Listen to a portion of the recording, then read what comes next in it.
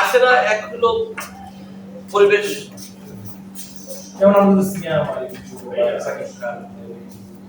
দেখি না এরা তো যাদের নাম বলা হয়েছে এরা তো শিল্পীদের কাতারই আছে কিনা, কারণ এখানে যে শিল্পীরা এরা হলো শিল্পী মনের মানুষ, দেখেন না যে পিছনে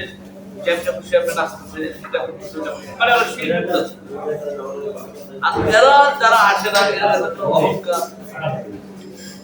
যে আমি যাবো এখানে একটা অহংকার একটা ভাব থাকে, অথচ এই তারা কিন্তু এই এফডিসি ভাত খেয়েই তারা বলেছে, এই এফডিসি ভাত খেয়েই তারা বলেছে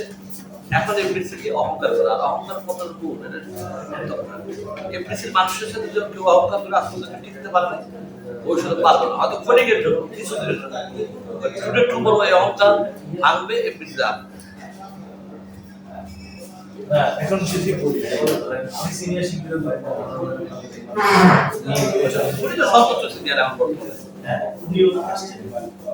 বুঝাই তো বললাম, যারা এফডিসির ভাত খেয়ে এখন যারা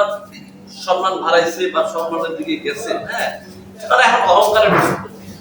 তাদের অহংকার একটু থাকবে, ঠিক আছে, শুধু এই অহংকারের কারণে তারা আসবে, তারা তারা ওইভাবে নেয় না, ঠিক আছে, তারা খুব খারাপ ভাবেই নেয়, ঠিক আছে। আরেকটা জিনিস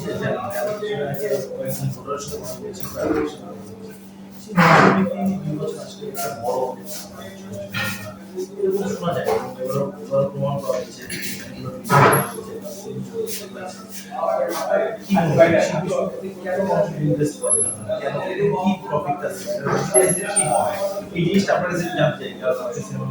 শিল্পী সমিতি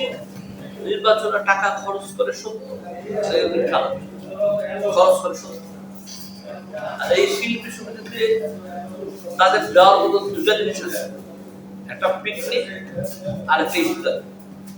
এছাড়া এই গত আমি 20 বছর যাবত আমি এমপিসিতে, আমি 20 বছর আমি দেখি নাই যে এই সমিতি থেকে পাস করে কোনো নিরহ শিল্পীর পাশে কেউ দাঁড়ায়। হ্যাঁ হয়তো দিতে পারেন, কিন্তু যে অসুস্থ হলে চাঁদা বাদা উড়ায় 50,000 1 লাখ এই দিতে পারে,